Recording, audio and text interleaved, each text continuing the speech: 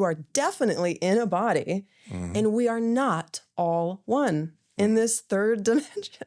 And so for me, like being able to hold the duality of that, like sure, in other dimensions, yes.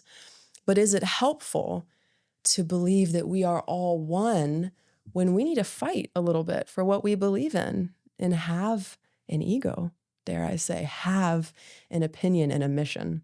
Well, I mean, even all that is with balance, right? Everything Absolutely. with balance. You can't have one without the other. Yes. Talk to us more about the shamanism. Like, I think that's also, we used the word earlier about like alchemy. There's that great book by Paolo Coelho, The Alchemist, right? And so I think shamanism is another thing that's kind of not well understood. What can you talk to us more about your understanding of shamanism or how you kind of look at it or perceive it? Absolutely, yes. And I'm honored to have been initiated and trained in shamanism. I obviously wasn't born in a tribal culture, and I do my best to support those communities and just like give honor to where this medicine came from. And we are all of the earth and we are all human. And from my understanding, shamanism is earth medicine. It's being in touch with the cycles, which we were talking about, that deathing of like release, right? Wintering. And so it's being in touch with the natural world, and it's having a reverence for the feminine. So the feminine is that cyclical, right? Like, and this is just one aspect of it, a woman's cycle, 28 days, right? And so with the moon, and so having this connection to the cycles of life, not stomping on life, but being in tune with Mother Matter, so to speak, talking to the rivers, right? I mean, it sounds so crazy for some people to consider that type of way of living, but it's actually in our bones and in our blood to commune. There's with two nature. super cool books that are coming to mind right now. I'm not sure if you've read or are familiar with either one of them. One is Conscious by Annika Harris. So that book's about polypsychism, the concept that, that more than just animals have consciousness, and kind of like just taking a closer look at that. And then she even gets into things that come out in the book, The Hidden Life of Trees. I've heard of that, yeah. Super cool. And just without taking over the mic too far, just that they get into this concept that like the trees and plants, you can measure their electrical signals and see like house plants can tell when their caretaker is a certain distance to them.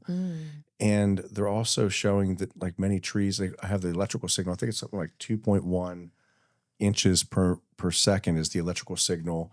And that when giraffes or other sorts of animals in the African plains, we can tell that like the acacia trees release a poison, right?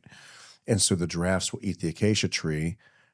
The tree says, I'm being eaten, and its leaves all have like taste buds, can tell and have some sort of memory. It's able to say, when we have a saliva like this, release a toxin like this, and then the pheromones go in the air, and the giraffes have learned to either go upwind or very far downwind to avoid the now toxic leaves that weren't toxic initially, that the tree turned into toxins after it learned that it was being eaten by something that it remembered. That if you're eaten by this, then you ought to produce this. And by the way, everybody else produce some of this too, because we've got giraffes in the area, right? It's just fascinating, And so when you talk about like speaking to rivers and speaking and then kind of like more of a connection to earth, this gets me back to like my concept of trauma reversal really is curiosity. Like then people always talk about the trauma and the trauma triggers and everything. And so few people are talking about what it means to be healed. Yes. And you had even mentioned earlier on about putting a cast on a broken bone.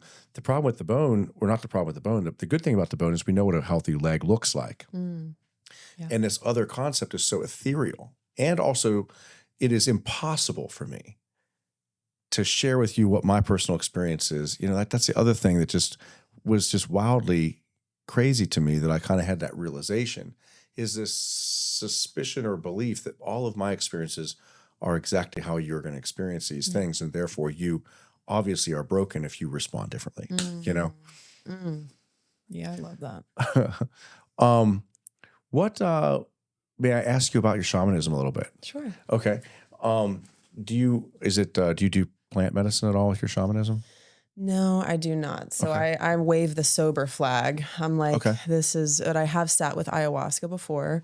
And that was, oh my gosh, life changing at this point. And I never recommend that, right? That's a whole other thing. But yeah, at this point, it's all with the body, with consciousness alone. Yeah. Where in your journey did you do ayahuasca, if you're comfortable sharing? Totally. So this was 2019. And I had already signed up for my first shamanic training. And I like to say, like, the earth trained me, right? This is that direct experience. And I also have the more like legitimized training or whatever you want to call it, certifications. So I had already signed up for that. And I was experiencing a lot of hell on the inside, like suicidal thoughts, a lot of darkness. I had a therapist at the time and it just wasn't enough. It just really wasn't enough. And all these pieces aligned and I really followed the synchronicities and found the right path for me there that I really believed in. And so I went and did that journey. And that was 2019, so right before 2020. And as 2020 was going on, I was at home studying how to remove entities from people's bodies and how to do it, step one, step two. And because you remove, an entity or whatever it is, and then in order to actually help the person not go find another entity or another thing, another codependent relationship, you have to help them heal what's called the affinity. So that is what attracted it in the first place. Talk What to me about allowed it in. affinities. Talk to me about affinity?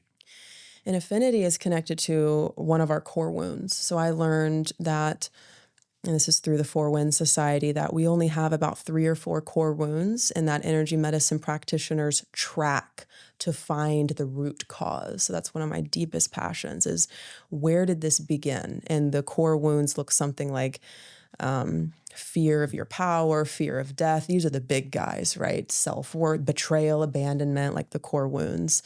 And you can track that, and everything that we experience as a problem, as a repeating pattern, can be tracked back to one of those core wounds. So an affinity is a hole in the soul. It's an insecurity that attracts, whether you want to call that negative spirits or negative relationships in life. So it creates this kind of gaping open, or whatever you want, this like opening, this wound, right? And it just attracts things to it. So our deepest, this is a whole nother topic, but it's really powerful. Our deepest spiritual and psychic protection, our way of not attracting codependent relating from spirits or human world, it's all, connected, is to heal. It's not your crystals. It's not your cool technology. It's the depth that you are willing to go to create a healing at the level of soul.